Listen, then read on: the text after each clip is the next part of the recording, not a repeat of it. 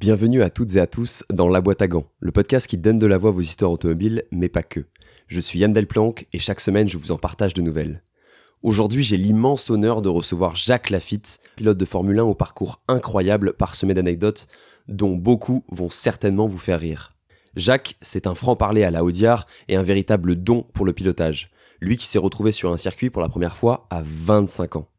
Alors autant vous dire que des histoires il en a, mais je ne vous en dirai pas plus au risque de vous spoiler. J'en profite pour remercier Margot Lafitte d'avoir rendu cet épisode possible, depuis le temps qu'on en parle, et merci pour ton accueil 5 étoiles Margot. Je salue aussi au passage Pierre Lafitte, dont on parle durant cet épisode, et Jean Ragnotti, alter ego de Jacques Lafitte en rallye, avec qui j'ai enregistré un épisode que je vous conseille d'écouter de toute urgence si ce n'est pas déjà fait. Tout comme l'épisode avec Arnaud de Samer, humoriste de talent, passionné de course automobile. Vous retrouverez toutes les coulisses du podcast sur Instagram, @dbg_podcast, et les vlogs sur la chaîne YouTube Dans la Boîte à Gants. En effet, allant à la rencontre de mes différents invités à l'occasion des enregistrements, je vis des expériences uniques que j'ai décidé de vous partager à travers les vlogs. Vous retrouverez aussi la version filmée de vos épisodes préférés. Alors foncez vous abonner à la chaîne YouTube Dans la Boîte à Gants et sur votre plateforme de podcast préférée. Pensez aussi à activer les notifications pour ne rien rater des prochains vlogs et épisodes. Vous pouvez découvrir tous les épisodes qui sont déjà sortis que vous n'avez pas encore eu le temps d'écouter. Avant de débuter l'épisode, j'ai un petit service à vous demander. Vous pouvez laisser un commentaire sur Apple Podcast, rien de plus simple, cela prend 2 secondes et c'est bien évidemment gratuit. Il faut simplement un iPhone ou un Mac. Cela permet au podcast de gagner en visibilité et donc par conséquent de pouvoir convaincre des invités toujours plus incroyables de venir dans la boîte à gants. Je vous souhaite un bon épisode. Salut Jacques. Salut. C'est un honneur de t'accueillir dans la boîte à gants. Et d'ailleurs, je remercie Margot de nous prêter sa maison pour enregistrer cet épisode. Oui, ben on est bien installé déjà, donc ça c'est déjà plus rassurant vu que ça va durer longtemps. On est pas mal. Voilà. Est-ce que tu peux te présenter en 2 mots ? Je m'appelle Jacques Lafitte et je suis né le 21/11/43, c'est mieux que de dire que j'ai 78 ans bientôt. Et voilà, je suis devenu pilote automobile, pas ma passion principale, mais un peu par chance. Quand j'avais 25 ans, et donc j'ai débuté une carrière ça fait donc 53 ans que je suis poursuis cette carrière avec beaucoup moins d'activité aujourd'hui évidemment, mais je reste toujours très informé et je m'intéresse toujours à la Formule 1 et même aux autres formules. Parce que l'idée c'est que l'automobile avait pas forcément une place très importante dans ton enfance. Ben justement non, elle n'a pas eu beaucoup de place puisque mes parents n'avaient pas de voiture. À l'époque, on n'avait pas de voiture à 18 ans, quoi. J'ai passé mon permis à 19 ans, avant de partir à l'armée. J'ai eu une voiture après qu'on m'a prêtée. Mes parents n'avaient pas de voiture, donc j'ai pas été élevé dans le sport automobile. Par contre, j'ai fait la rencontre de Jean-Pierre Jabouille quand j'avais 15 ans à la patinoire, au patin à glace. On est devenus copains. Et lui a commencé à courir à 18 ans. 19 ans, j'ai suivi toute sa carrière, donc pendant 4-5 ans. En l'aidant à faire sa mécanique. Et donc là, j'ai appris un métier qui m'a énormément servi quand j'ai débuté la course automobile, puisque je n'avais pas de mécano, donc je faisais tout moi-même. Tu as accompagné Jean-Pierre Jabouille sur la coupe R8 Gordini, c'est ça ? R8 Gordini, F3, quelques courses de côte au Mont d'Or, et surtout la saison 68 où il a été 2e du championnat de Formule 3 derrière François Sever. Après avoir très gentiment accepté d'attendre qu'il soit sur la grille de départ à Albi pour se faire taxer du championnat de France, ce qui était une réflexion intelligente qui n'aurait plus vu le jour aujourd'hui, quoi. Si ta voiture est pétée aujourd'hui, on t'attend pas sur la grille. Excusez-nous, il va arriver dans 20 minutes. Et la première fois que tu vas au Mans aussi, je crois que ça a été assez marquant pour toi. C'est en 66, quelque chose comme ça ? J'étais au Mans en 60 avec Jabouille. Ouais, en 66 il avait une Floride préparée par Ferry, je me souviens à l'époque. Et on a été au Mans. Oui, seulement c'était différent d'aujourd'hui. Aujourd'hui, pour aller au Mans, il faut avoir des tickets. À l'époque, on resquillait partout. Enfin, façon de parler, on allait voir, on pouvait se mettre sur la piste très près des voitures qui passaient à haute vitesse en se planquant un peu la nuit. Donc voilà, c'était le jeu à l'époque. Quand j'avais 18 ans, c'était amusant de voir ça, mais ça m'avait intéressé, comme m'intéressait la moto. Mais bon, moi, je n'avais pas de moto, je n'avais pas de voiture. Et puis, je pensais très sincèrement que en 68, 69, 70, pour faire de la course automobile, il fallait avoir un peu d'argent. Un peu d'argent, peut-être des parents concessionnaires, garagistes. Oui, c'est ce qui se faisait à l'époque. C'est les gens avec qui j'ai couru en Formule France la première année. Les garçons qui marchaient bien, qui avaient des fils de garagistes, de concessionnaires Renault, Peugeot. Enfin, ils avaient déjà un pied dans l'automobile, ce qui n'était absolument pas mon cas. Moi, j'ai mis le pied dans l'automobile grâce à Jean-Pierre Jabouille. Et il y a une anecdote justement par rapport aussi au ski, parce que tu es très bon skieur. Ouais, j'étais. Maintenant, je suis nul, mais oui, Jabouille faisait les Mans sur une Marcos avec Urbata et Ballolena. Et moi, j'ai suivi cette voiture parce que c'était Rubon qui l'a préparée à Levallois, qui était un garage Austin. Et ils m'ont emmené dans les péripéties de cette petite voiture. La Marcos, c'est une petite grenouille, comme on disait par là. Et j'ai suivi Jabouille dans cette occasion-là. J'ai aidé beaucoup les gens qui s'occupaient de la voiture. Ils me faisaient faire des boulots, quoi. J'allais chercher des pièces, apporter les sandwichs, j'allais chercher. Tu faisais le grouillot, quoi. Ouais, je faisais, ouais, c'est le vrai mot, mais c'est pas un joli mot, je sais pas quoi dire d'autre. Et donc, ce monsieur Hubert Giraud, d'ailleurs, qui vient de finir sa vie, malheureusement, qui était donc le propriétaire de cette voiture et le sponsor de l'équipe, m'a busqué à la Plagne. Il était avec un de mes amis qui s'appelle Dominique Royer. C'est drôle parce que Dominique Royer, c'est aussi grâce à lui que j'ai pu commencer la Formule France. Et il a dit à mon pote, il dit, mais tu as vu comment il skie, Jacques? À l'époque, on faisait le parallèle, qu'il était 3 fois champion olympique dans toutes les disciplines. Et on regardait les trajectoires des pilotes et des descendeurs à ski on faisait un parallèle. Donc, il disait, un bon skieur doit pouvoir bien conduire et un pilote doit pouvoir bien faire du ski, ce qui était mon cas. Et il a dit, tiens, bon, comme il a pas d'argent, ça l'a un peu gêné. Et il m'a offert de faire le violoncelle avec lui. Et donc, j'ai fait le violoncelle et j'ai gagné une Formule 3 pendant 6 courses. Donc là, c'était en 68, quelque chose comme ça? 68, oui. Ouais, t'as 25 ans, quoi. Ouais, j'ai 25 ans, exactement. Et qu'est-ce qui se passe par la suite? Par la suite, je fais cette école et je suis lauréat. À la fin, il reste 7 pilotes qui sont en lice pour le titre de volant en Shell. Et moi, j'ai pas été volant Shell, j'étais volant Winfield parce que j'étais très près d'un garçon qui était un très bon pilote. Il était là à la finale, il conduisait la voiture depuis longtemps. C'était un champion d'athlétisme. Donc il avait pas peur moi j'étais un peu dans mes petits souliers le jour de la finale. Donc je suis parti cette finale avec des grosses chaussures, malheureusement, sur une petite voiture qu'on venait d'avoir la veille et dont on avait fait seulement 20 tours. Et j'avais oublié de mettre mes chaussures de course, donc je me suis vraiment emmerdé pour cette finale, mais ça m'a servi pas mal parce que, en fait, quand je lâchais la pédale d'accélérateur pour arriver dans une courbe, je freinais et en même temps que je freinais, j'accélérais un peu. Donc ça me faisait rentrer trop vite dans les virages et voyant que la voiture allait sortir, je braquais un peu à tôt, elle se mettait un peu en travers et je repartais à l'accélération et les gens disaient, il attaque la fille. Alors, j'étais pas un attaquant au départ. C'est assez drôle. Ça fait penser un peu au style de Jean Ragnotti, parce que tu sais, j'ai eu Jean Ragnotti sur ce podcast, qui me racontait que, je crois que tu étais au courant de ces histoires, mais quand il avait fait des essais en Formule 1, il avait mis la monoplace tout en glisse, en saluant un petit peu les recruteurs. Mais Jean, je dis toujours, Jean, c'est mon alter ego en rallye. C'est un garçon qui est très doué, je suis doué certainement aussi, mais lui, il a fait beaucoup plus de choses que moi. Il faisait monoplace, rallye, et il marchait très bien dans les deux. Moi, j'ai fait de la monoplace et rien d'autre, du proto, mais ça n'a rien à voir avec le rallye. Et j'adore Jean Ragnotti. Et puis, vous étiez connus aussi tous les deux pour être un peu des troublions. Oui, c'est-à-dire, on se prenait pas très au sérieux, tout en travaillant sérieusement. Je veux dire, quand on était dans le monde avec le public ou avec des copains, on faisait les cons, c'est clair. Enfin, on faisait pas les cons, on s'amusait, quoi, avec les voitures de golf, tout était prétexte à jouer. Mais est-ce que c'est pas dû aussi au fait que Jean, comme toi, vous avez jamais aspiré à devenir pro? C'est un peu tombé, c'est un peu arrivé comme ça, quoi. Ouais, moi, c'est arrivé complètement comme ça, c'est un miracle. Je dis que c'est un miracle parce que j'aurais certainement fait autre chose avec autant de succès, je sais pas, mais la course m'a permis d'abord de me découvrir que j'avais un don pour quelque chose qui n'était pas évident dans ma vie, parce que jusqu'à 25 ans, je dois avouer, à part faire le con le soir dans les boîtes ou s'amuser avec Jabouille et les gens qui faisaient de la F3 ou de la Coupe R8 à l'époque, Guénard, Pierre Landreau, tous ces gens-là qui étaient avec nous, on s'est surtout beaucoup amusé. Je t'avais raconté l'anecdote qu'on est rentré de Manicourt, Pierre Landreau avait cassé le moteur de sa voiture et le soir, on a fait Manicourt Paris avec Jean-Pierre dans la R8 et Pierrot dans l'autre et on le poussait et on doublait les gens puis on lâchait l'accélérateur. On se retrouvait comme un con au milieu des voitures. Ah non, ça tu veux pas raconter. Et on a été jusqu'à Longjumeau comme ça. Ah vache. Alors vous voyez, ça c'est les choses amusantes qu'on a fait. Début 70, je crois que tu te fais aménager un petit transit par un mécano du Manicourt, c'est ça? Oui, non, j'avais un transit que m'avait acheté mon père. Je me souviens très bien, à Pierre Landreau d'ailleurs, c'est grâce à Pierre Landreau qu'on l'avait acheté. Et à Manicourt, il fallait absolument j'avais pas de remorque.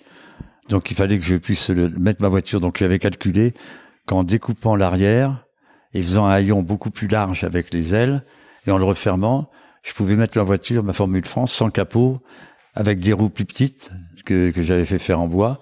Et c'est le menuisier de Manicourt, dont je me souviens plus le nom, qui très gentiment m'a proposé d'aménager ce petit transit. Donc il m'avait aménagé au fond du camion, sur le côté, des endroits pour mettre les pièces, les triangles et tout ça. Donc j'ai bénéficié d'un petit coup de main de ce charmant menuisier de Manicourt. D'ailleurs, la Formule France, tu l'as quasi développée, en fait. Je l'ai pas développée. Disons que quand j'étais en Formule France, j'habitais à Manicourt. Donc j'étais sur le circuit avec les mécanos, on allait à la pêche, le soir on faisait les imbéciles partout, en voiture et tout ça, et ça m'a permis de préparer ma voiture avec l'assentiment des mécanos, et ils m'apprenaient le boulot, quoi. J'ai appris à roder des soupapes, et puis quand j'avais un petit problème sur ma voiture, j'allais les voir, je disais qu'est-ce que je peux faire? Fais ça, voilà. Donc j'ai appris à préparer ma voiture tout seul. En 71, toujours en Formule Renault, j'avais un mécano payé par Monsieur Giardini, c'était le préparateur moteur, et il me prêtait un mécano pour le week-end, donc j'étais beaucoup plus aidé. J'ai gagné mes 2 premières courses d'ailleurs à Albi et au Paul Ricard cette année-là, grâce à comment je me rappelle plus le prénom de Giardini, mais qui était un mec formidable, qui était à Meaux, et c'était Jean Giardini, non? Jean Giardini, voilà, exactement, bravo. Voilà quoi. Donc et puis après j'ai toujours continué la Formule Renault, parce que j'avais décidé de passer en Formule 3 si j'étais champion en Formule Renault. Et en 72, avec la complicité de Paoli et de Michi, on a créé l'écurie BP avec un petit camion, les 3 voitures dedans. Et moi, j'étais à Manicourt dans un pavillon à côté de celui de Tico Martini. Dans le garage, il y avait les 3 Formule France en bas, Formule Renault à l'époque. Et je préparais les voitures parce que Paoli et Michi travaillaient. Et donc, je préparais leur voiture avec un garçon qui s'appelle Serge Cholnier, qui est maintenant directeur du circuit de Manicourt, qui est un de mes très bons amis et qui a beaucoup de talent aussi. Et il nous a énormément aidés. Puis tout doucement, on a monté une équipe pour faire de la Formule 3, puis après de la F2. Et ça s'appelait le Team BP. Et on a eu des bonnes réussites. Je leur ai amené les titres en Formule Renault, titres en Formule 3 et titres en Formule 2. Ouais, les années se sont succédées. C'est une erreur. En 74, j'ai fait 3e du championnat, et après, à cause de le problème de l'essence, BP a arrêté et je suis passé à Elf. Et il y a une petite anecdote aussi que tu m'avais racontée qui est assez marrante. C'est en 72, t'as Lagardère qui te contacte. Oui, pour être le, il y avait 4 voitures, je crois, il fallait un pilote remplaçant. Mm-hmm. Donc ils voulaient un pilote remplaçant, et ils m'ont demandé de le faire, et je dis non, moi je suis désolé, je me sens pas de faire de la Formule, après ma Formule Renault, de monter dans une voiture qui fait 400 chevaux, une Matra en plus, vous avez sous l'œil des projecteurs. Je suis un peu timide si on veut, mais bref, j'avais pas très envie. Il m'a dit bon, écoutez, allez faire des essais à Mortefontaine, il y aura la F1 et la Formule 2 Matra, et puis Beltoise et Pesca qui étaient venus, et puis me diront si vous êtes capable ou pas. Et ils ont appelé Lagardère en lui disant ben non, il y a aucun problème, Jacques peut conduire au Mans. Donc il m'a reconvoqué, il m'a dit ben voilà, le test est fait, il y a plus aucun problème, on vous engage. Et je lui ai dit j'ai pas très envie, le Mans pour moi avec un proto aussi énorme, ça me paraît. Ça t'impressionnait, tu le sentais pas? Ça m'a impressionné, de courir avec Beltoise, Sever, tous les gars qui étaient Pescarolo, Pescarolo, tout ça, c'est impressionnant. Quand vous êtes un jeune, j'étais pas jeune, mais un jeune pilote dans l'automobile, et j'ai refusé gentiment, et je crois qu'il avait absolument apprécié ce comportement. Donc c'était bon, ça m'a pas apporté grand chose, et finalement je l'ai fait avec Ligier. C'est ce que j'allais dire, c'est que finalement t'as fait 9 fois Le Mans. Ouais, j'ai fait avec Ligier en 72. J'étais convoqué par Monsieur Cerno, qui était le directeur de course de chez VP, et qui m'a dit Jacques, vous allez faire Le Mans. Alors là, je pouvais pas refuser, quoi. Je veux dire, c'était pas un ordre, mais pas loin. J'aurais pu dire non, mais je crois que ça serait pas bien passé. Et il voulait me faire plaisir, en fait, et j'ai fait 3 tours. Première année, tu fais 3 tours et t'as drapeau noir. Oui, drapeau noir, oui, c'est ça. C'est ça. L'année d'après, je crois que je fais 8e avec Serpaggi, je crois. Et quand j'ai couru avec Ligier, moi, j'arrivais pas à mettre à fond dans la ligne droite d'une Audière. Et franchement, j'avais pas peur, hein, mais je me sentais pas bien. Puis un jour, je me suis dit merde, là, je suis con, mais Guy Ligier, je suis pas plus con que lui, quoi. Donc je vais essayer de faire quelque chose. Je suis resté à fond, et là, la voiture a commencé à se lever de l'arrière, et j'ai fait 3 têtes à queue à 280 ou 300 à l'heure, donc ça refroidit un peu. Je me suis arrêté heureusement dans l'herbe sur le bas-côté, sans rien toucher, et j'ai fait tout le tour de la voiture, à droite, à gauche, les triangles, tout. Donc je suis rentré au stand comme un con, je dis voilà ce qui t'est arrivé. Donc comme je m'étais fait assez pas peur, mais je dis bien c'est quand même, je vais pas faire des têtes à queue. Je comprends pas pourquoi moi j'ai fait un tête à queue. Et Jabouille, j'ai expliqué à Jabouille ce qui était arrivé. Il m'a dit, bah, mets une équerre derrière ta voiture pour la charger un peu plus. Donc j'ai été demandé à Roger, le chef mécano de chez Digier, est-ce que tu peux me faire, ah non, Guy veut pas, et ça. Je dis, Guy, tourne. Mais moi, je veux absolument essayer. Tu me la mets, je fais un tour, et si c'est mieux, je m'arrête de toute façon, puis je te dirai si c'est bien ou pas bien. Donc j'ai réussi à le convaincre. On a mis les lettres et je suis parti. Je suis resté à fond. Et donc on en a déduit après. Je sais pas de quelle façon parce que c'est vieux, mais je pense que ça avait à cause du poids que j'avais. Moi, je faisais 54 kilos, 53 kilos, et Guy en faisait 80 ou 90. Et je crois que la différence, il est un peu plus grand que moi en plus, donc il était assis un peu plus en arrière. Et la différence de poids fait que la voiture, elle était stable, beaucoup plus stable que moi. Ma voiture, elle veut dire, elle est partie. Du coup, c'était infernal. Ouais, t'avais pas le même appui en fonction de votre gabarit, voilà, en fait. Du gabarit. Donc, on a mis l'appui, j'ai fait, et Guy m'a dit, tiens, mais ça va mieux, tu t'es amélioré tes chronos, c'est bien. Je lui ai dit, oui, mais tu sais, j'ai fait ça.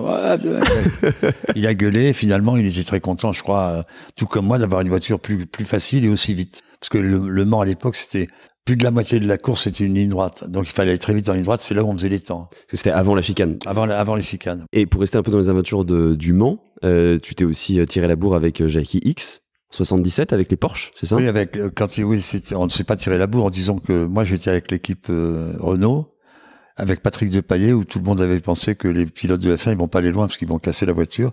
Finalement, je crois qu'à l'époque, on était deuxième à 4 heures ou 5 heures de l'arrivée.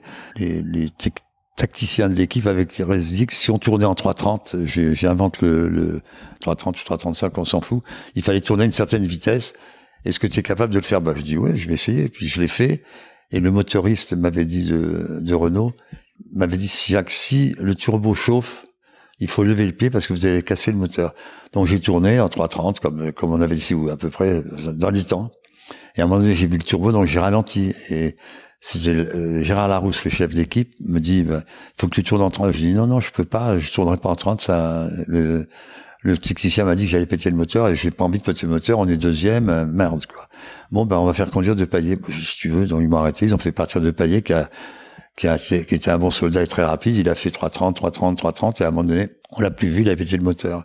Et là, le tour, si je me souviens bien, faites attention un peu à ça, mais le tour en même temps ou le tour d'après, la Porsche s'est arrêtée pour un problème mécanique. Ils ont gagné quand même le Mans, d'ailleurs, à l'époque. Ce qui se fait qu'on serait retrouvé sûrement en tête de la course. Est-ce qu'on aurait gagné? Dieu seul le sait, parce que la voiture aurait pu casser pendant les 4 heures qui restaient. Mais voilà, c'est une aventure qui est un peu, pas désolante, mais qui explique bien le système de la course automobile, quoi.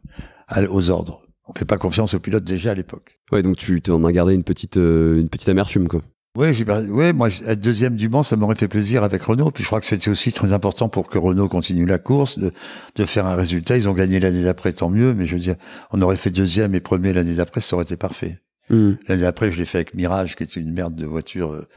Enfin, une merde, c'était pas une bonne voiture, quoi. Elle était pas moins rapide que la Renault. On avait le même moteur, mais j'ai tourné avec Vern Schuppan, qui est un pilote australien, et on a eu plein de pannes mécaniques qu'on a réparé sur la piste, on a fait tout ce qui peut à tel point qu'à un moment donné, j'avais dit à mon équipier, j'ai dit, écoute, pour la fois que tu t'en vas pas, t'abandonnes la voiture, on la répare pas. Finalement, on a fini. Je suis pas loin, certainement, mais on a fini. T'en parlais tout à l'heure de la pêche. C'est ta passion depuis très très jeune. Bah oui, parce que mon père, je fais de la pêche, parce que mon père était pêcheur. Il m'emmenait à la pêche, pas tout le temps, quand j'avais 6 ans, 7 ans. Et ça m'a donné la passion de la pêche j'ai passé beaucoup de temps à la pêche. Oui, moins maintenant, mais quand j'avais 20 ans, 25 ans autour de moi, je connais toutes les rivières de la région de Nivernais et de la Creuse et des Pyrénées. J'ai fait tout en mobilette, en vélo. J'ai fait ça du matin au soir. Puis la preuve, c'est que la dernière fois quand je t'avais appelé pour préparer l'épisode, t'es allé à la pêche juste après. Voilà, exactement. Et t'avais un ami avec qui tu partageais cette passion, qui lors du Mans 80, il t'avait prévenu que il fallait pas faire le Mans tant que la chicane n'était pas installée sur la Hunaudière. Ce qui s'était passé, c'est Jean-Louis Lafosse qui faisait le Mans. Il m'avait dit, quand j'ai fait le Mans 77, mais arrête de faire le Mans 70. Tu fais de la Formule 1, tu viens de gagner un Grand Prix, tu continues, le Mans c'est une course dangereuse. Je dis ouais, mais écoute, je fais le Mans. Et lui, j'ai donc pu faire le Mans après 78, je crois, je suis revenu, je sais plus en quelle année. Il s'est tué, je crois, en 79 ou en 80. Et donc j'ai décidé ce jour-là que je ferais plus le Mans tant qu'il y aurait pas, enfin s'il y avait pas une amélioration. Et quand ils ont fait les chicanes, je me rappelle plus l'année, c'est dans les années 90. Là, je suis reparti au Mans avec J'ai fait avec la Porsche, avec Pesca, j'ai fait avec Ford Venturi, avec la Porsche mobile là, avec les frères Almeras. Ouais. La Porsche Almeras, j'ai fait avec la Venturi, je l'ai fait avec la McLaren, avec le moteur BMW. J'ai fait, je me rappelle plus. Enfin, Tu l'as fait 9 fois, donc là tu l'as quasi. Hein. Ouais. Ouais, je suis presque bon. Bon, je pense que la plupart des gens te connaissent surtout pour la Formule 1. Ouais.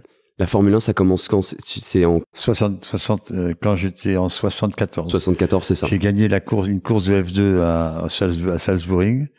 Et là, Frank Williams m'a appelé après la course. J'avais gagné en F3 à Monaco. Et vous savez qu'on dit que quand on gagne en F3, l'année d'après, on fait de la F1. Ça s'est confirmé. Frank Williams m'a appelé. J'ai hésité longuement avant d'accepter l'offre. J'ai été faire des essais à Goodwood pour voir avec Merzario, qui était l'autre pilote. Et j'avais dit à Frank, je veux tourner avec les mêmes pneus, la même voiture, surtout pas une voiture différente, à Goodwood, qui est un circuit très dangereux avec une énorme courbe très rapide. Et j'avais dit, voilà, je veux faire avec des pneus neufs quand je serai prêt, pour voir que si je suis à 2 secondes de Merzario, ben je viendrai pas.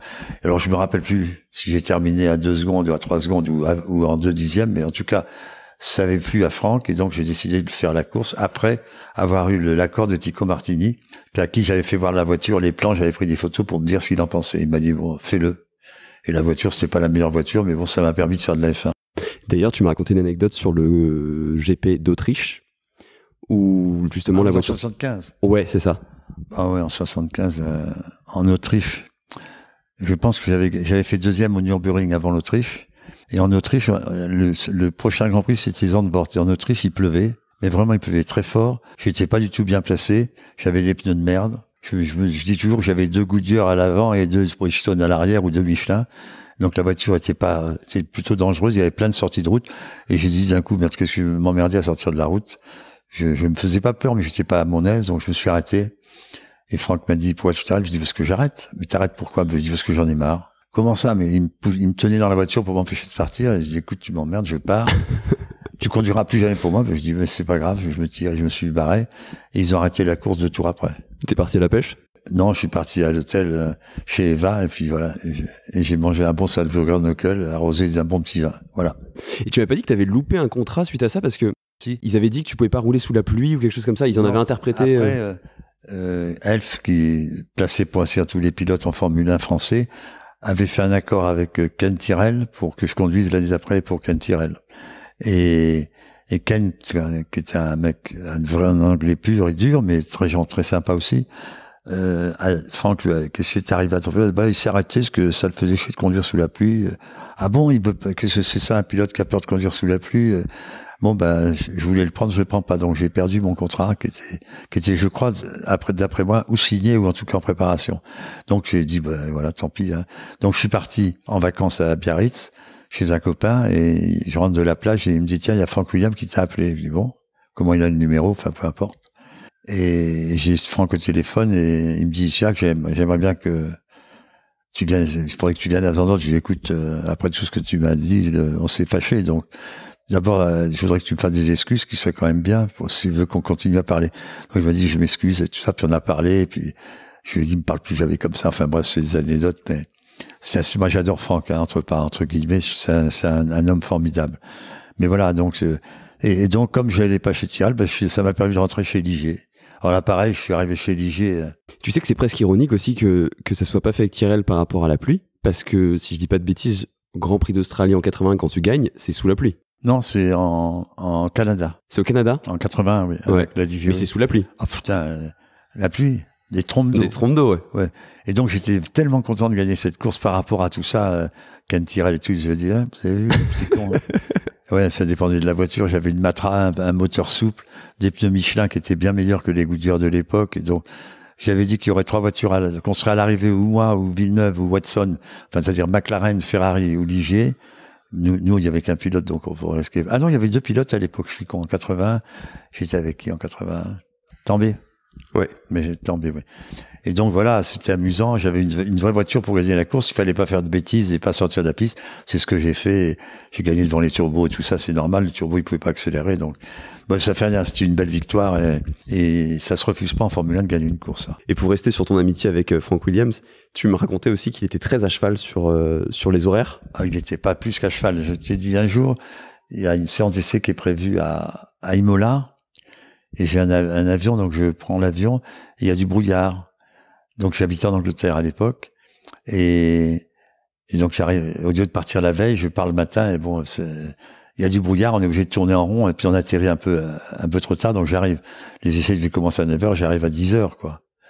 Et donc je rentre par derrière le box, la piste est là, puis j'arrivais par derrière, et quand je suis rentré, il y avait tous les mécaniciens qui étaient là et qui m'applaudissaient. Nous, on se fait chier depuis 8h du matin pour toi, tu arrives à 10h, donc tu te dis, faut pas que ça recommence. Voilà, ouais, mais j'ai beaucoup appris avec Franck par rapport à la préparation des voitures et tout ça, donc ça m'a pas mal impressionné. Et donc, après, tu le disais tout à l'heure, tu passes chez Ligier. Oui, de retour chez Ligier. Et c'est les Gitanes, en fait? Oui, Ligier Gitane, toujours avec le moteur turbo Renault. J'avais été chez Franck, j'avais signé un contrat avec Franck après 82 parce que Guy n'avait plus de moteur pour l'année d'après. Et moi, je voulais avoir un moteur turbo et je savais que Franck travaillait avec Honda et qu'en 84, j'ai fait un contrat de 2 ans, il y aurait un moteur turbo. Et donc, j'ai signé pour pouvoir avoir un turbo parce que je savais que sans turbo, il était impossible de gagner des courses. Donc, j'ai attendu. Et puis finalement, voilà quoi, le turbo, il arrive en 84, mais j'ai eu des emmerdes avec le moteur turbo Honda. Je crois que j'ai fait beaucoup d'essais pour la firme de point de vue moteur, ce qui n'a pas été le cas de Keke Rosberg, qui était mon équipier à l'époque. Donc le père de Nico Rosberg. Oui, le père de Nico, donc que je vois toujours, que voilà, on s'aime bien, on a partagé des choses ensemble, quoi. Même si à l'époque je parle toujours pas bien anglais, mais je parlais pas bien du tout. Et les réunions étaient un peu différentes et un peu plus délicates, c'est-à-dire il était dans son coin, moi dans le mien, en travaillant tout seul avec mon ingénieur qui était Neil Otley à l'époque, et lui travaillait avec Patrick Head, qui était le patron de l'équipe. Donc c'est une petite assurance d'avoir des choses mieux sur la voiture que sur la mienne. Ouais, c'est ça. Je me souviens qu'il y avait une petite histoire comme quoi tu te plaignais peut-être de pas avoir la même voiture. J'avais pas le même moteur parce que quand je me dis à Neil Otley, il faut me changer de moteur parce que franchement, il y a des vitesses en vitesse de pointe. Je suis con, mais quand même, je peux pas être à 10 km/h, 12 km/h de. Il m'a dit, mais ce moteur-là, c'est le meilleur qu'on ait pour toi. Ça voulait tout dire. Mais bon, c'est la course, hein. Il fallait se défendre. Et je me suis peut-être pas assez défendu, peut-être pas assez gueulé, je sais pas. Enfin, bref. Mais est-ce que c'est pas dû aussi au fait, étant donné que tu me racontais tout à l'heure que t'aimais bien un peu te débrouiller tout seul, la démerde, quand t'arrives en Formule 1, certes, t'as dû t'amuser, mais tu perds un peu cette naïveté, ce côté... C'est-à-dire, chez Franck, en 74-75, c'est un peu différent. Franck, il avait pas d'argent. Il y avait un ingénieur, qui buvait du lait toute la journée. Milkman, on l'appelait. Il était un mec bien, qui travaillait sur la voiture. J'avais deux, trois mécanos. Il y avait une ambiance comme ça et je m'en suis pas trop rendu compte. D'abord, j'ai pas fait toute la saison, donc j'arrivais de la Formule 2 ou de Proto. Je courais aussi avec Alfa Romeo en Proto. Donc j'arrivais d'une course en Proto ou de la Formule 2 et je montais dans la F1, donc je préparais pas. Toute la préparation se faisait plutôt avec les pilotes qui m'accompagnaient, qui m'ont remplacé, ou en tout cas, le pilote titulaire de l'époque, c'était Merzario. Oui, donc ça se passait très bien. Dès que je suis arrivé chez Ligier en Formule 1, vraiment dans une équipe où j'avais rien, je faisais que ça, pour ainsi dire. Plus structuré, tu veux dire? Voilà, plus structuré, donc je me suis intéressé plus. Et franchement, la saison a commencé en janvier, j'ai fait janvier, et au mois de juillet, je me souviens, au Nürburgring, et j'ai fait une interview avec Johnny Reeve, qu'il avait enregistré sur un magnétophone, et il m'a dit, je la passe pas, parce que tu vas te faire virer. Je lui ai dit, ouais, ben d'accord. Non, parce que je râlais après les ingénieurs, je râlais après Guy, je pouvais rien faire. Je disais un truc en me disant, il faut faire ça, j'en avais ras le bol, quoi. T'avais l'impression d'être bridé un peu par tous ces codes, c'est ça? Ouais, enfin, pas bridé, mais ça me plaisait pas. Je suis rentré dans une équipe professionnelle où j'avais moins mon mot à dire, et puis en plus, chez Frank Williams, j'avais des Anglais avec moi, donc je parlais beaucoup moins bien l'anglais que le français, évidemment, et je comprenais certainement pas tout.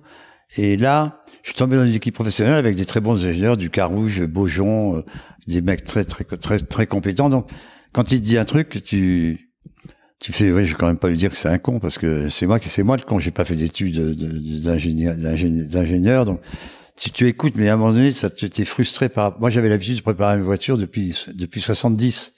On est en 76, donc ça fait 3 saisons de Formule Renault, une saison de F3, 2 saisons de F2.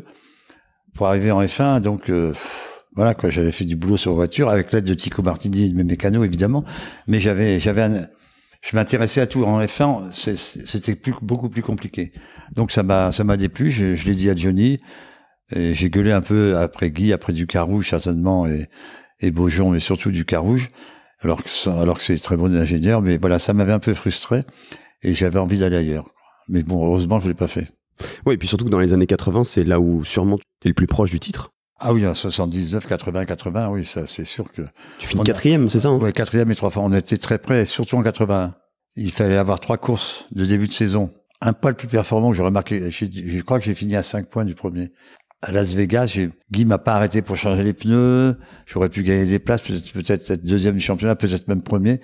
Mais comme j'étais leader au championnat des points, Guy était obnubilé par ça.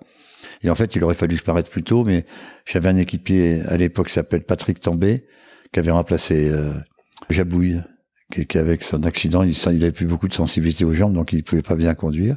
Et Tambay devait, à Las Vegas, partir, il était derrière moi aux essais, mais faire l'arrêter au bout de 20 tours, que Michelin, comme c'est la première fois que Michelin tournait sur le circuit, on n'avait aucune notion de l'endurance sur une course de 60 tours ou 70 tours. Donc il devait s'arrêter, on devait voir les pneus comment étaient et décider si on allait mettre celui-là ou changer. Malheureusement, Patrick s'est planté dans les murs et la voiture a été coupée en deux, il s'est rien fait, il est sorti indemne de cet accident. Donc ça a un peu gâché nos plans et m'a perturbé pas mal parce qu'à l'époque, on n'avait pas de radio, donc je faisais signe à chaque fois que je passais comme ça. Et puis à un moment, on m'a dit Patrick, ok, donc ça a été beaucoup mieux. Mais j'ai perdu mon temps et j'ai fini 5e, je crois, ou 6e de la course. J'ai marqué 1 point, alors que j'aurais pu en marquer plus. Et priver mes adversaires des points qu'ils ont marqués, ceux qui étaient devant moi, ils auraient peut-être été derrière, marqué moins de points, donc ça aurait peut-être fait la différence pour être champion. Mais je regrette rien du tout. C'est ma façon de voir les choses. J'ai peut-être pas fait non plus tout ce qu'il fallait pour que je sois très sérieux ce jour-là, ou en tout cas pendant le week-end où ça me faisait chier parce que tout le monde me cassait les pieds avec ce championnat. J'étais pas champion, j'allais peut-être l'être, mais bon, je partais jouer au golf, je me souviens, après les essais. Parce que tu m'as dit au téléphone que tu admirais beaucoup des garçons comme Lauda, parce que il y avait cette éthique de travail très très très très impressionnante. Bah évidemment, c'est Lauda, tout comme tous les grands champions, hein, Piquet sous ses relax, Prost, c'est des gros travailleurs, Mansell, c'est des mecs qui travaillent beaucoup moins. J'ai honte de le dire, mais j'ai pas beaucoup travaillé, quoi. Je me fiais plus à mon instinct qu'à ce que disaient les... Moi, on me disait avec la même voiture, je pouvais gagner 3 dixièmes uniquement avec ma volonté, quoi. Donc je crois que, sans le savoir, j'étais assez doué pour conduire, parce que ça s'est prouvé après, et que quand t'as un don comme ça, c'est beaucoup de chance, parce que j'avais aucune prédisposition à faire ça, et tu te sens, tu dis, j'ai pas besoin de bosser, ça me fait chier, je vais y arriver très bien avec n'importe quelle voiture. Moi, ça a toujours été comme ça ma vie. Donc voilà, je crois que j'ai pas fait le boulot qu'aurait dû faire un vrai pilote professionnel comme Lauda, comme Prost, comme Schumacher, comme tous ces garçons très très brillants. Et je les admire parce que c'est un boulot formidable. Et ils ont gagné parce qu'ils avaient le talent et le courage de travailler énormément. Ce que moi, j'avais pas envie. Ouais, c'est un choix de vie. C'est un choix de vie, exactement. Pour revenir un peu sur le parcours, en 83-84, donc tu quittes Ligier parce que pas de moteur turbo. Pas de moteur turbo, absolument. Et tu m'as raconté une petite anecdote quand tu signes le contrat avec Williams, donc retour chez Williams. Quelle mention t'as barré dans le contrat? Bah, je me souviens, c'était au Crillon, sur la place de la Concorde. On déjeunait tous les deux, hein, parce qu'il n'y avait pas de manager. Il m'avait amené un contrat, et je lisais le contrat en anglais. Il y avait écrit, il est formellement interdit de faire du ski et de la moto. Donc j'ai dit à Franck, écoute, donne-moi un crayon. Et je barrais, qu'est-ce que je dis, je barre ça parce que moi je fais de la moto et je fais du ski et je vais continuer à en faire, bien que, même si je chignais, je continuerai à en faire. Alors je préfère te prévenir avant de dire, ben non, c'est pas possible et tout, ben je dis, je m'en vais. J'ai mine de m'en aller, et là il m'a dit, ça revient, et il a signé l'avenant, et voilà, et j'ai pu faire du ski, d'ailleurs. J'ai pas profité d'en faire plus que d'habitude, mais j'ai fait du ski et de la moto, évidemment. C'est la seule chose qui me maintient en forme. Moi, c'est mon sport. C'était ma façon de me tenir en forme. Aujourd'hui, ils vont dans les salles de gym, ils font du footing, du vélo. Moi, je faisais pas tout ça, quoi. Mon sport, c'était le ski et la moto. Et voilà, et encore la moto, pas autant que ça, parce que j'avais pas fait de moto quand j'étais jeune. Et je me suis acheté des motos, des Bultaco à l'époque, avec Beltoise, de Paillet et Jabouille. On s'est acheté chacun une ou deux motos qu'on nous a livrées avec un bon prix, je me souviens. Et là, j'ai commencé à faire de la moto régulièrement. Chose que tu as transmis aussi à Margot et à toutes tes filles. Oui, oui. Elle m'en a parlé dans son épisode. Ouais. Je leur ai transmis. De toute façon, elles n'avaient pas le choix. C'est ce qu'elle m'a dit aussi. Elles n'avaient pas le choix. Mais ça leur plaisait, hein. Ouais. J'ai des photos où elles sont avec des petits piouis, là. Avec des 80, des 50. Elles ont évolué après des Honda 100 et puis après des grosses. Elles font très bien de la moto. Elles font très bien beaucoup de choses, finalement. Et mes autres enfants, qui sont beaucoup plus jeunes, c'est la même chose. Ils sont pas passionnés de Formule 1, ils ont découvert la F1, pas à cause de moi, mais un peu à cause de Netflix. Que Netflix, ils ont fait des reportages, moi je les ai pas vus, hein. Et ils m'ont dit, même leurs copains ont été stupéfaits, et ils sont devenus fans de Formule 1. C'est comme quoi, ça tient peu de choses. Moi, j'ai mes enfants, Je les ai jamais emmenés voir une course et tout ça, à part, ouais, si je les ai emmenés une fois, je crois, Paul, une fois Pierre, mais en Espagne, je me souviens, mais. Pierre, d'ailleurs, qui écoute ce podcast, qui a écouté le premier podcast avec Margot, et qui a créé un podcast lui aussi, je crois. Ah, c'est possible. Ouais, sur ces petites histoires. Mais est-ce que c'est pas dû aussi au fait que tu as toujours voulu mettre tes enfants aussi un peu à l'écart du monde du sport auto par rapport au danger? Non, c'est pas du tout en pensant au danger. C'est la première chose que j'ai pensé, c'est que pour faire de la course aujourd'hui, si t'as pas d'argent, c'est même pas la peine. Il faut faire du kart à 5 ans. Un kart à 5 ans, s'il faut dépenser 80 ou 100 000 euros pour faire courir un môme de 6 ans ou de 7 ans. Moi, j'avais pas les moyens de faire ça, donc. Mais de toute façon, même s'il y avait les moyens, si un enfant veut faire quelque chose, il te le dit. Tu vois bien qu'il s'intéresse plus à la télé, à regarder des courses que du tennis, par exemple, tout ça. Mais non, moi, ils ont fait de tous les sports. Ils auraient pu choisir des choses. Ils font du surf, ils font du vélo, du tennis, ils font de tout, comme j'étais moi. Ils font plein de trucs. Beaucoup mieux que moi, d'ailleurs, entre parenthèses. Je sais pas pourquoi. Ils sont plus doués. Enfin, je suis devenu un vieux avec eux, quoi. Je peux plus les taxer en ski, ni en vélo, ni en rien, quoi. Donc, je suis devenu le papy, quoi. Pour revenir un peu dans tes anecdotes de troublion, il y en a une qui est un peu connue, c'est celle au Grand Prix de Dallas. Ah oui. Ben Dallas, c'est pareil, on se fait chier aux États-Unis, je veux dire, la course la piste, elle est escalée, il fait très chaud. On nous demande de nous lever à 5h du mat pour faire des essais, un warm-up ou je sais plus quoi. Je vous dis, c'est des dingues, quoi. Il était à 7h le warm-up, je crois, si je dis pas de bêtises. Je me souviens plus, 5h ou 7h, peu importe. Enfin, il faisait tôt. Le samedi, en se marrant avec Alain et je sais plus qui, on dit, tiens, mais, bon, moi, ils me font chier, je vais m'acheter un pyjama, un bonnet, et puis je suis arrivé en voiture de golf, à moitié endormi. Ça a fait rire tout le monde, sauf mon équipe. Franck était foudrage, mais bon.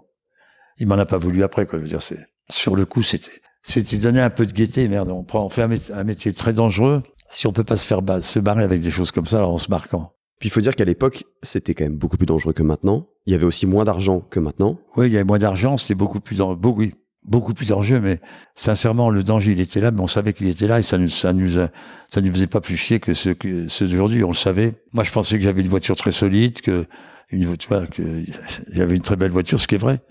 Mais en solidité, on a vu dans un accident, c'était pas ce qu'il fallait. Ouais, c'est clair. Mais on s'en moquait, quoi, je veux dire. Moi, j'ai conduit le Proto Alpha.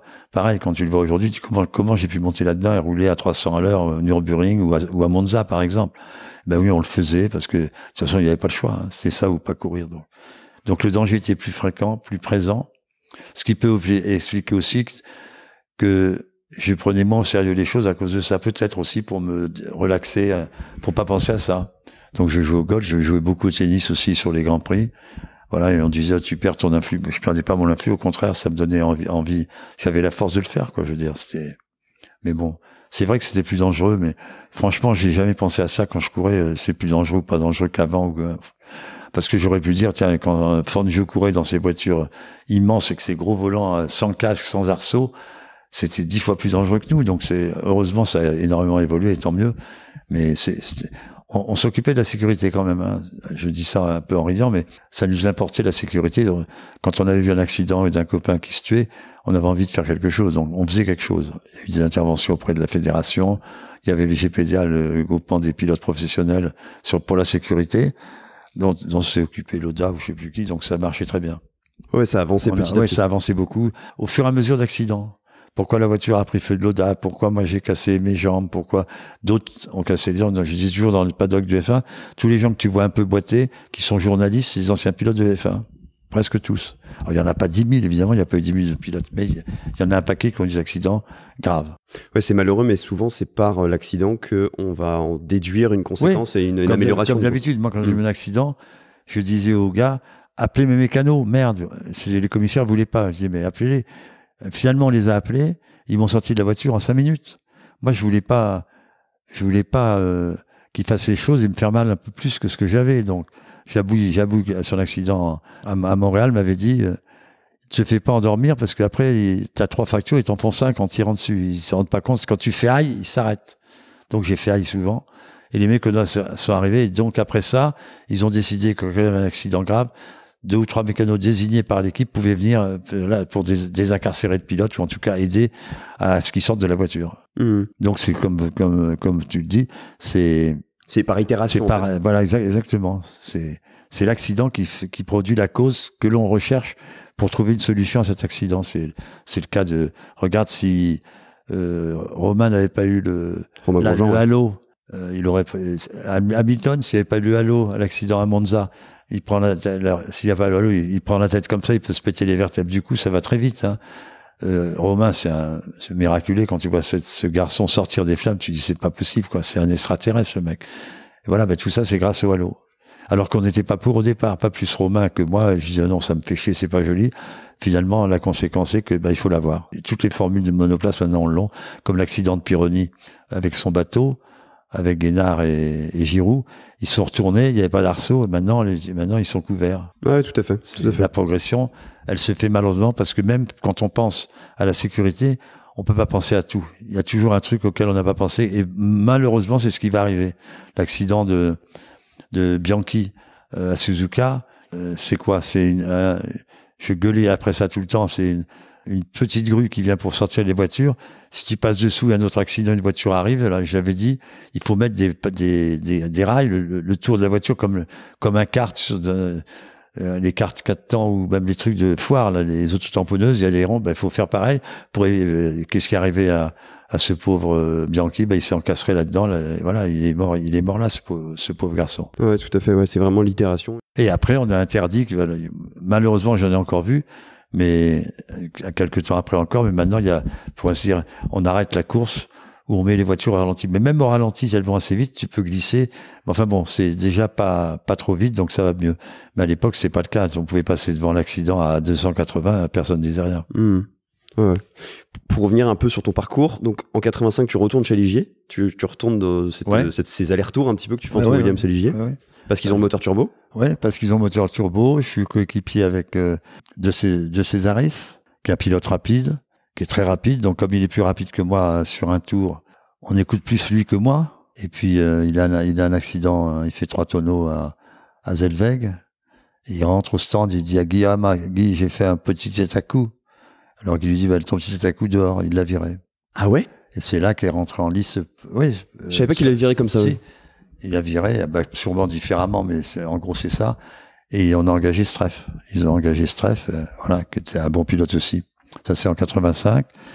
Et on a fini 2 et 3 à Adélaïde, le nom de ma petite fille. Oui. Pas mal. Et là j'ai failli perdre la course aussi parce que la 10e place que Streff voulait absolument me taper. Alors, il m'a attaqué au dernier tour alors qu'on avait figé les places, que c'était important de marquer 2e et 3e pour les points en championnat du monde, pour l'argent, pour l'équipe et puis pour la Gitane, pour renégocier le contrat l'année d'après. Donc moi je faisais très gaffe.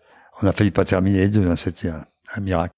Oui, surtout qu'il y avait des problèmes en 86, si je me souviens bien, sur le GP Détroit. 85, Adélaïde. Ouais, Adélaïde, oui, mais tu me disais qu'il y avait des problèmes de fiabilité, enfin en tout cas que la voiture était pas top en 86 sur le GP de Détroit, si je me souviens bien. Tu m'as raconté que tu avais carrément dit, les gars, j'y vais pas si la voiture, elle est pas améliorée. Détroit, les voitures, on avait tourné le vendredi, on avait des pneus Pirelli qui marchent très bien quand la piste est faite de ciment et tout ça comme en ville. Donc on marchait bien et nous on était avec René qui est rapide, hein, qui est un pilote très rapide. On était largués par tout le monde, je me rappelle plus, mais on était à 2-3 secondes. Et donc on fait le briefing le vendredi soir avec René et l'équipe, blablabla, blablabla, et le matin on part, la même merde. Alors, avec le plein ou pas le plein, alors, on se dit, c'est pas possible, on va moins vite avec le vide qu'avec le plein. Donc, c'est bizarre. Et donc, à un moment donné, c'était Galopin qui est sur ma voiture, me dit, Jacques, on avait les essais de 10h à 11h30, il m'arrête à 11h, on s'arrêtait, puis on mettait les pneus de qualif pour préparer la voiture pour l'après-midi. Parce qu'on avait droit à 2 trains de pneus pour les qualifs. Et j'ai dit à Galopin, écoute, si tu veux conduire la voiture, je te la laisse parce que moi je me tire. Je vais à l'hôtel et si vous trouvez une solution, tu m'appelles et je descendrai si ça me plaît. Donc il m'a appelé, il m'a dit on a trouvé un truc. Je me souviens que c'était un problème avec les amortisseurs, la fréquence amortisseur et ressort. Il me dit je viens essayer. Et je suis parti et ça a marché canon tout de suite. Je me suis arrêté tout de suite pour dire à René mets mes réglages parce que tu veux pas, tu me dis Jacques arrête, tu vas nous perturber. Je dis vous perturber. René, il est très souvent devant moi aux essais, qui est très rapide sur un tour. Là, je suis devant lui. On était en 14e, on est 2e ou 3e. Je dis, il y a un progrès, donc c'est pas moi qui ai changé depuis que je suis monté à l'hôtel prendre une douche. Je dis, donc, finalement, ils l'ont fait. On a fait 3 et 5, je crois, sur la grille de départ, enfin, peu importe. René est parti en tête. J'ai rattrapé, je l'ai doublé. Après ça, ils m'ont arrêté pour changer de pneus. Le matin, comme ma voiture, je la préparais sans la présence de Tétu ou tel, j'ai dit, bon ingénieur, je lui dis, je veux plus de vous sur la voiture, je travaille avec mon chef de voiture et mes trois autres mécanos qui sont attribués à moi. Et on a préparé la voiture, et comme j'avais préparé la voiture, j'ai pas tellement pris de petit déjeuner, j'ai pas déjeuné bien. Et comme la course est assez dure et chaude à Détroit, c'est d'entre les murs, quand je me suis arrêté, j'ai eu un coup de mou incroyable, donc je suis reparti, je comprenais plus la voiture, puis ça m'est revenu au fil des tours. Là, j'ai ramarré, j'ai doublé Prost, et j'aurais pu doubler Senna, mais il fallait 2-3 tours de plus, donc j'ai fini à Détroit, en 86, deux courses avant mon accident, parce que il y a eu entre-temps, après il y avait le Grand Prix de France, et j'ai eu mon accident en Grande-Bretagne. J'étais sur un podium où il y avait Senna et Prost. La classe. La classe, non? J'avais 43 ans, donc c'était la classe. Les gens étaient ravis, moi aussi. Et puis malheureusement, il y a eu cet accident, il y a eu cet accident à Brandzach. Ouais, donc là, on est toujours en 86. 86, ouais. C'est le 13 juillet. Une collision en plus sur le départ, hein. Ouais, tu sais, j'ai toujours dit, pour moi, le plus dangereux de la F1, c'est le départ. Parce que tu as 26 voitures ou 30 suivant les époques. Tu démarres et t'es serré les uns contre les autres. D'ailleurs, vous voyez, quand tu regardes le départ, tu vois les voitures à droite, tu te dis comment ils se touchent pas, quoi. Donc tu vois, c'est clair que ça relève du miracle à chaque fois. Et j'ai eu mon accident au départ, créé par une banderole qui avait découpé Boutsen en tête à queue. Elle volait au-dessus de la piste. Et Jansson, qui était à côté de moi, m'a dit, j'ai cru que c'était une voiture, c'est pour ça que j'ai braqué brutalement sur toi. En fait, c'est une banderole il avait pas fait attention. Moi, je l'avais vue et elle pouvait pas me tomber dessus. C'était impossible. On était à 180. Et toi, t'as rien pu faire? Ben, j'ai rien pu faire. Je me suis retrouvé comme un con dans le rail. Enfin, c'est pas un rail devant des rails de chemin de fer. Tu vois, c'est pas un rail qui se déforme. Ça se déforme pas du tout. Donc, c'est la voiture qui s'est déformée. Et t'es resté conscient? Oui, tout le temps. Tout le temps? Oui, j'ai ouvert les yeux, j'ai retiré mon casque. J'avais mal un peu au dos et surtout, j'avais mes jambes qui étaient à ma hauteur et qui étaient toutes les fractures qui étaient. Ouais, t'as compris direct que c'était tout cassé, quoi. Ah bah oui. C'était. Et puis les gars qui me découpaient ma combinaison parce qu'il fallait ils me sortaient pas de la voiture, donc ils découpaient, ils disaient tiens, vous avez encore une fracture là, j'ai encore pu passer de la bande noire pour antiseptique. Et puis quand on m'a sorti de la voiture, je me suis évanoui parce que j'étais compressé, la voiture s'était pliée en portefeuille et j'avais les hanches, je vivais dans ça. Alors que je suis comme ça, tu vois, donc ça avait bien écrasé tout. Heureusement, ça m'a seulement pété l'héliaque, tous les os du pubis et ma vertèbre, la 12e vertèbre qui était déplacée et fêlée. T'as eu combien de fractures au total? T'en as eu énormément, hein? J'en ai eu beaucoup parce que chaque talon avait été détruit. Quand j'avais tapé, c'est les talons qui avaient absorbé le choc et il y avait 40 morceaux dans les talons. 42 morceaux, des petits morceaux que monsieur Le Tournel, qui est un génie, a remis tout ensemble. J'avais des plaques, là, je voulais les faire voir. Je les ai sorties tout à l'heure. Hier, il y avait des plaques avec des vis partout dans les pieds qui sont restés 6 mois. Donc, tu vois, il a fait un boulot formidable. J'avais un fixateur à la jambe gauche. Il m'a opéré en une seule fois, ce qui était génial parce que ça m'a permis d'être libre, de pouvoir recourir 9 ou 10 mois après. Mais ce qui t'a valu aussi quand même la fin de tes carrières en F1. Ouais, de toute façon, j'avais 43 ans, hein, ma carrière allait s'achever rapidement, quoi. Bah, je pense que j'aurais pu encore conduire 10 ans, hein. Bah oui. Pas de problème, mais en fait, mon ambition, c'est d'aller courir aux États-Unis, en Indy. Mais bon, ça s'est pas fait parce que bon, les enfants, c'est pas à cause des enfants ou de ma femme, c'est que j'avais plus très envie d'aller faire de la monoplace aux États-Unis. J'étais bien en France. Il fallait que je cours en France pour que les gens se souviennent de moi. Donc j'avais pensé à tout ça. Je dis, voilà. Et donc j'ai couru en France en DTM. Enfin, j'ai fait carton plein de courses, quoi. J'ai couru en tout.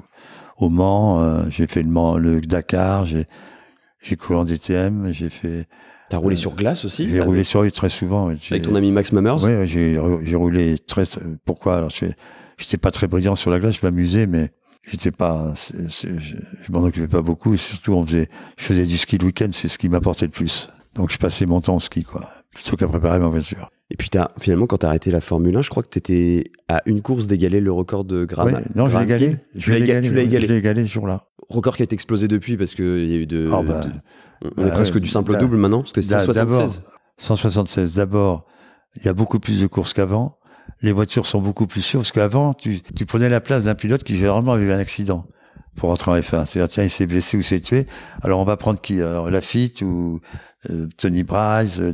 Finalement, c'est l'accident qui faisait le changement de pilote. Et il n'y avait pas 20 voitures, il y en avait 26. Ou 28, même à une époque 36.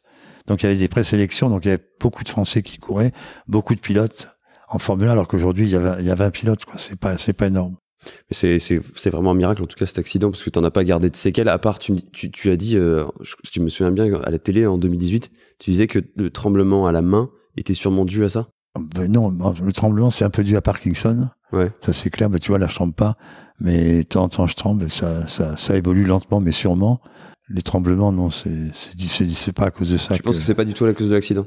Non, je crois pas. Non, tu t'aperçois que beaucoup de pilotes ont des problèmes. Jabouille, Tambay, Jean Ragnotti, tout ça, on a tous des petits problèmes neurologiques.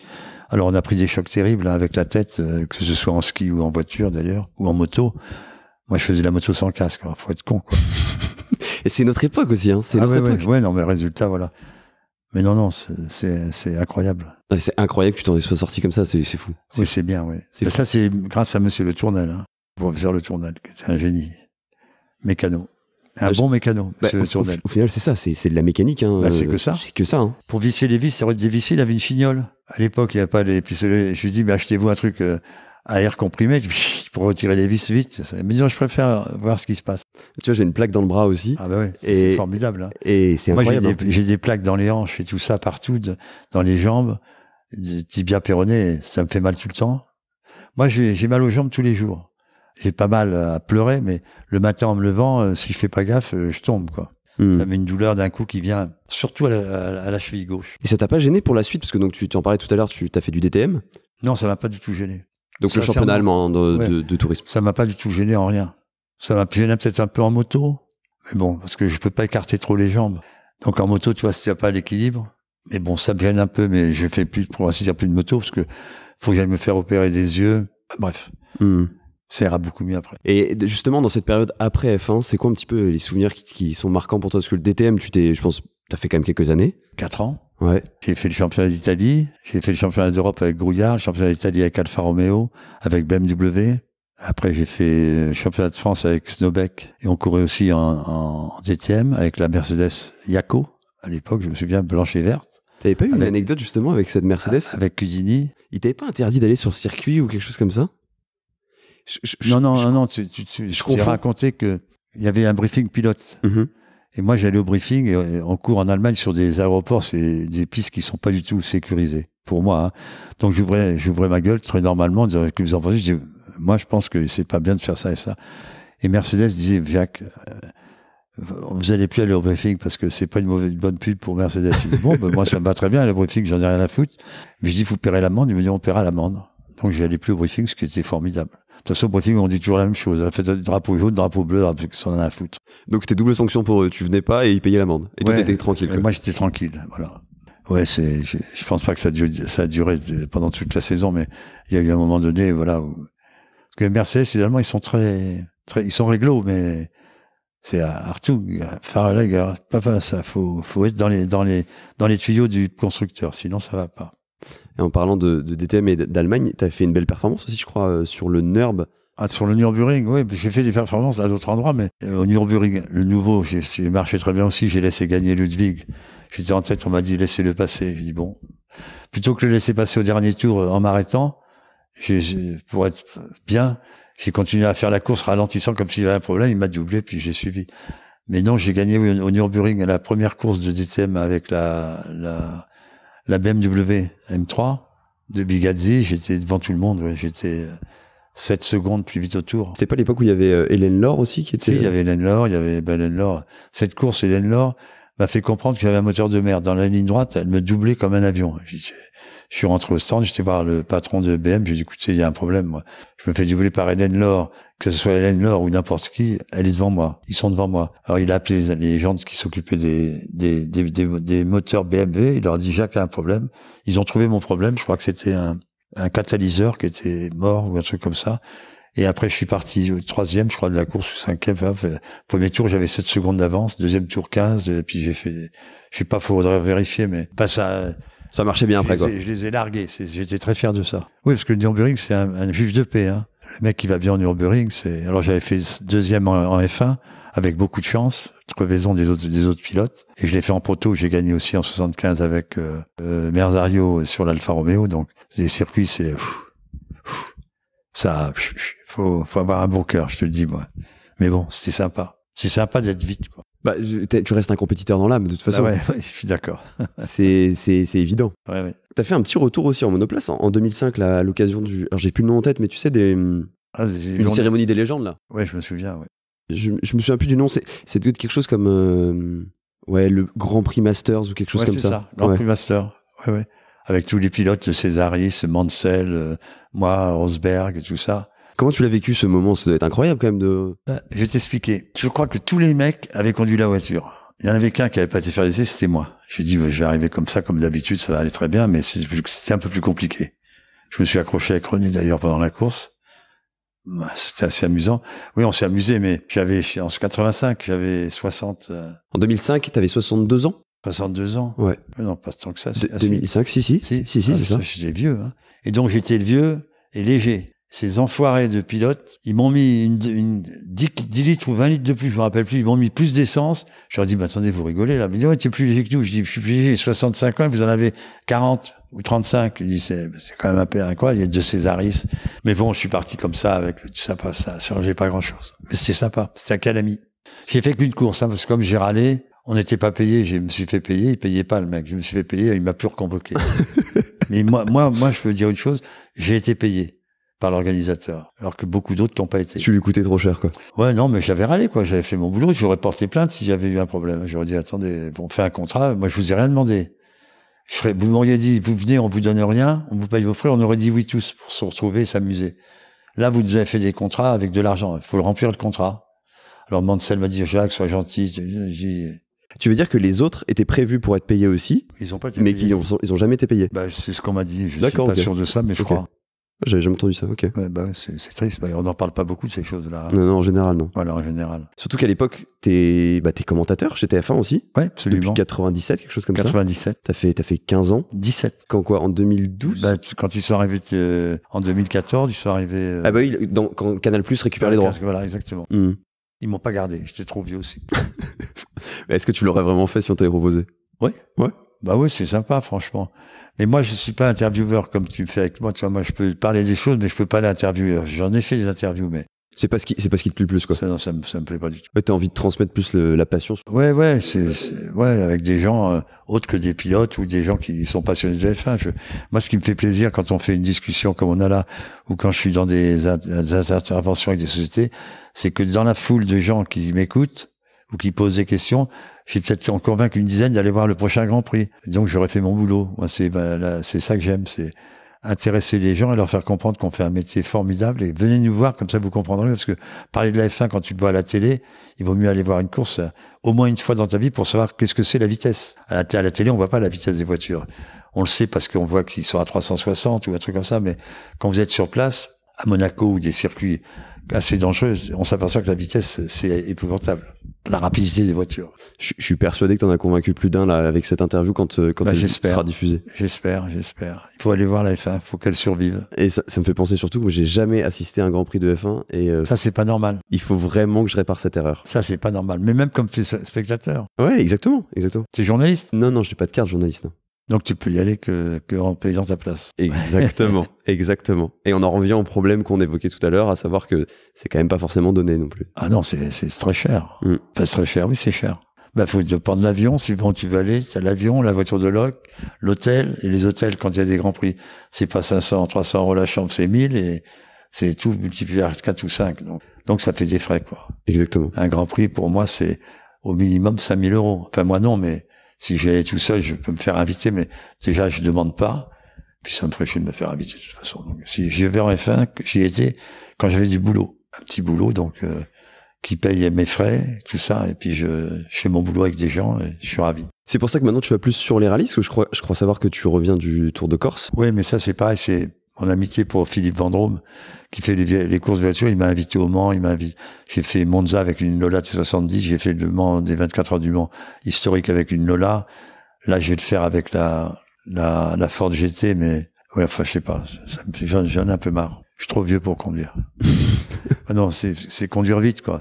Il faut avoir cette insouciance que j'ai plus. Je vois ce que tu veux dire. Je connais trop les dangers, les dedans et les aboutissants d'une connerie. Je me dis, si je fais la connerie avec une voiture qui vaut 3 ou 4 millions, ça va pas le faire. Ouais, la franchise va être violente. Oui, c'est même pas la franchise, c'est que c'est injouable, quoi. J'ai fait le Tour de France avec la Porsche, la 910 ou 906, je me rappelle plus le numéro. C'était dingue.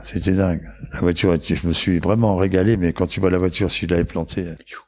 Ouais, tu vas regretter. Ah ouais, ça me rendrait malade.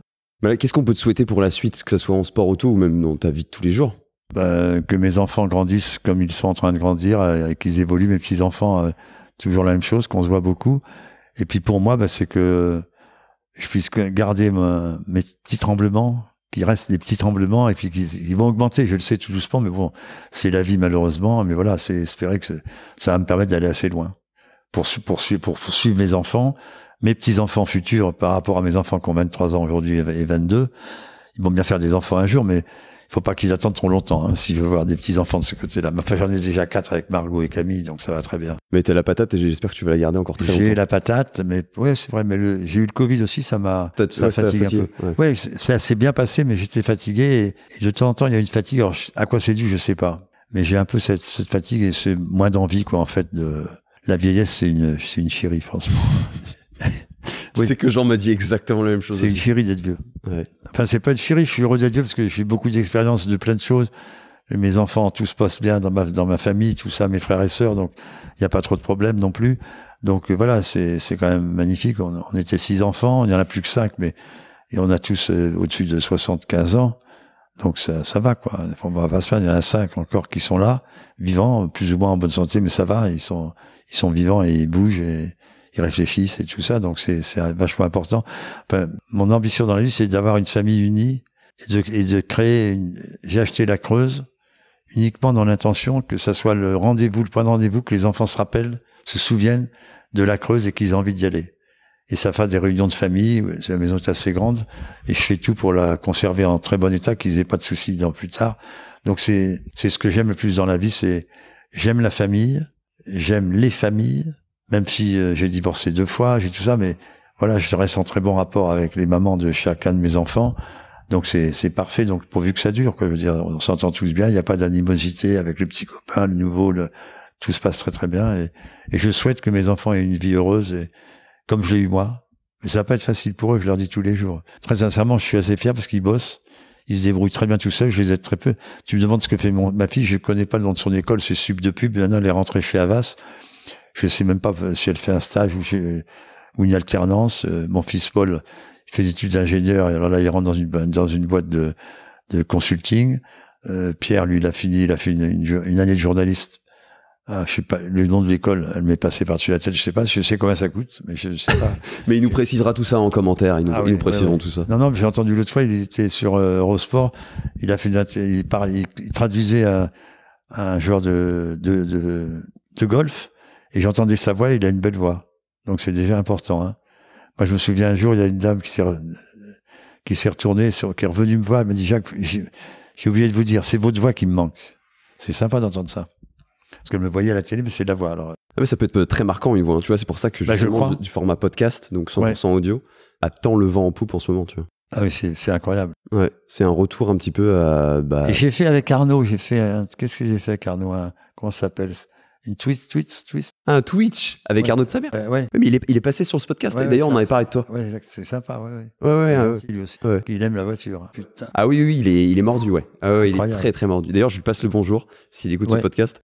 J'espère que c'est à cause de moi.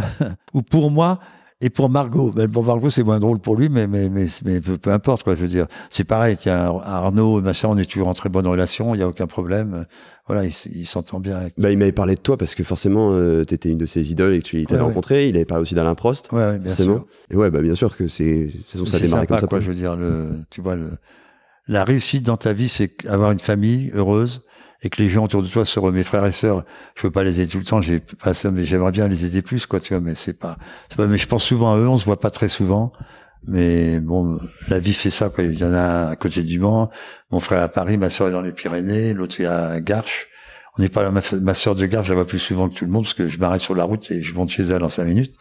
Donc je le fais, mais je vais pas voir mon frère, je le regrette un peu, mais bon, C'est comme ça. Merci en tout cas, Jacques, pour tout ton T'es temps. ravi, j'ai bien dit des conneries alors. Je pense que ça va plaire à beaucoup de monde. Les anecdotes sont folles. En tout cas, merci. Et il y en a d'autres, anecdotes, mais on les racontera une autre fois. Avec grand plaisir. À bientôt, Merci Jacques. beaucoup. Merci. Ciao. Ouais, bien fait chier. Salut.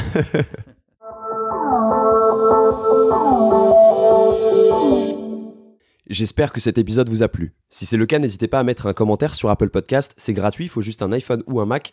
Un seul commentaire suffit puisqu'il n'est pas assigné à un épisode précis, mais à l'ensemble du podcast. Ou simplement à le partager, ça m'aide énormément à gagner en visibilité. D'ailleurs, j'ai décidé de vous lire un commentaire à la fin de chaque épisode. Aujourd'hui, c'est Balou, titrant Au Top, qui écrit « Fan de F1, j'ai découvert ce podcast avec l'interview de Julien Febvreau. Depuis, j'ai écouté tous les épisodes. Yann sait nous transporter dans la discussion, on a l'impression d'être assis avec eux et de vivre l'aventure de l'invité avec lui. En plus d'être informatif, ce podcast est réellement immersif. » Merci beaucoup Balou, je sais pas quel est ton vrai prénom, mais c'est génial de lire ça parce que c'est effectivement ce que je souhaite transmettre via ce podcast. Comme quoi un format n'a pas besoin d'être si compliqué que ça pour être immersif. C'est aussi grâce au talent de mes invités. Leur laisser de la place et essayer que ça soit le plus fluide possible pour vous faire découvrir ces histoires et voyager avec eux, que vous soyez en voiture, en train de faire du sport ou peu importe. Vous retrouverez toutes les coulisses du podcast sur Instagram, @dbg_podcast, et vous pouvez découvrir les vlogs sur la chaîne YouTube Dans la boîte à gants. En effet, allant à la rencontre de mes différents invités à l'occasion des enregistrements, je vis des expériences uniques que j'ai décidé de vous partager à travers les vlogs. Vous retrouverez aussi la version filmée de vos épisodes préférés. Alors foncez vous abonner à la chaîne YouTube Dans la boîte à gants et sur votre plateforme de podcast préférée. Pensez aussi à activer les notifications pour ne rien rater des prochains vlogs et épisodes. Vous pouvez aussi découvrir les épisodes qui sont déjà sortis que vous n'avez pas encore eu le temps d'écouter. Sur ce, je vous dis à très vite pour un nouvel épisode.